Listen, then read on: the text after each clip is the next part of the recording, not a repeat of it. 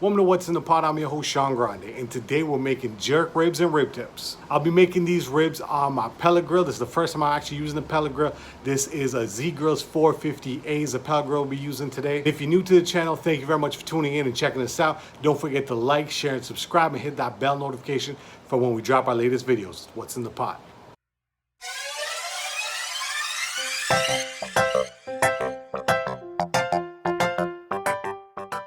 Thank you very much for tuning into What's in the Pot. I'm your host, Sean Grande.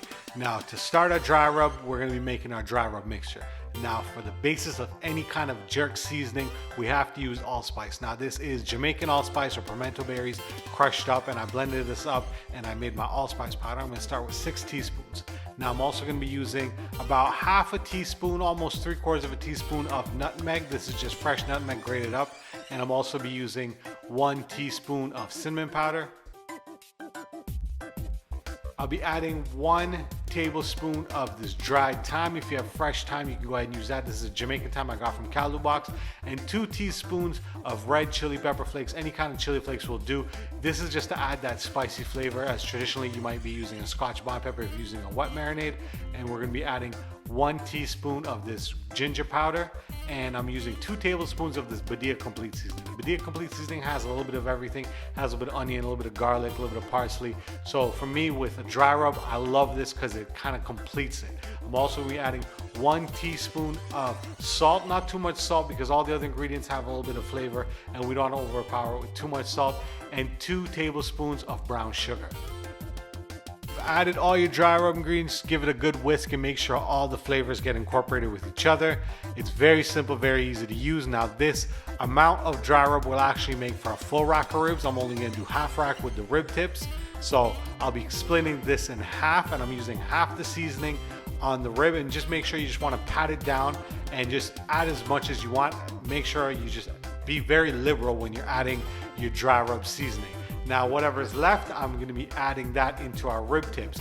We want to make sure once we add the rib tips, just kind of mix it around, make sure all the pieces of the rib tips get coated in that jerk seasoning. And I'm going to add a couple more things just to give it a little bit of extra spice. I'm adding some of this Tony's Creole seasoning, equivalent to about maybe half a teaspoon, and about half a teaspoon of paprika. This is a smoky and spicy paprika, and about maybe half a teaspoon to about a teaspoon of cayenne powder. If you want it really spicy, go ahead and add a little bit more and give it one more mix.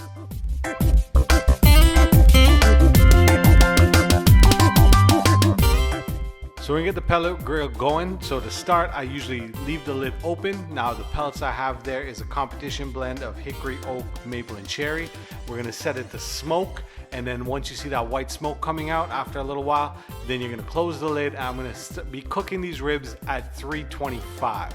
Once it gets up to the temperature, I'm gonna be adding my ribs, and I'm also gonna be adding my rib tips. Now with the rib tips, I'm adding in like a little foil packet because there's a lot of oil and juices that come out, and I want that to kind of just soak in there and keep them moist. After an hour, I'm going to be spritzing it, but I didn't have a spritz bottle, so I'm going to be just basting it with a little bit of orange juice. The orange juice gives a nice citrus flavor and brings out that nice flavors when you're making any kind of jerk or Caribbean style chicken. I'm also going to be doing that with the rib tips. Now for my barbecue sauce, I'm using some leftover that orange juice. So Barbie, a half cup of orange juice, 2 tablespoons of ketchup, about a teaspoon of this dark mushroom soya sauce, brings out a really nice flavor, and about half a teaspoon of our allspice, maybe a little less than half a teaspoon of our allspice mixture. We're gonna give that one good mix, and that's our barbecue sauce for our ribs. After approximately about 2 hours, I'm gonna start basting these ribs with our barbecue sauce that we made. Now I'm gonna baste these ribs just right on top. I'm not wrapping them in foil. Traditional ribs are generally wrapped in foil and then cooked probably for about another hour or half an hour depending on the temperature. I'm doing this more of a traditional Caribbean style. I wanted to try them out this way to see how they come out, just to see the quality of the ribs, if they don't come out too dry, or if they still come out juicy. Now I'm also gonna be basting the rib tips, but I'm gonna let the rib tips sit on the grill for maybe another 20 minutes. Now this is our final product, a half rack of jerk ribs and rib tips, man. You can see these rib tips are cooked perfectly. See some of that pimento seasoning still stuck on there. It's juicy. It's not overcooked. I cooked these maybe about 2 hours and 25 minutes. Especially when you cook it in the foil packet, it retains a lot of moisture because all that oil and fat just kind of keeps it cooking. And also adding a little bit of that orange juice adds a nice little bit of extra flavor. Our rib tips, you can see it's a little burnt at the bottom, but that's okay, man. This is Caribbean ribs. There's a little slight smoke ring. I wasn't going too much for the big smoke ring. These were just more to be a traditional barbecue, Caribbean style, Jamaican style jerk ribs. There's a nice crust on the ribs. Thank you very much for tuning into What's in the Pot. I hope you enjoyed this video. I hope you give it a try. And if you do try any of my recipes, don't forget to share it on social media, on Twitter, on Instagram, and Facebook at What's in DEPOT. Thank you very much for tuning in to What's in the Pot. Till next time, stay safe and stay blessed. Peace.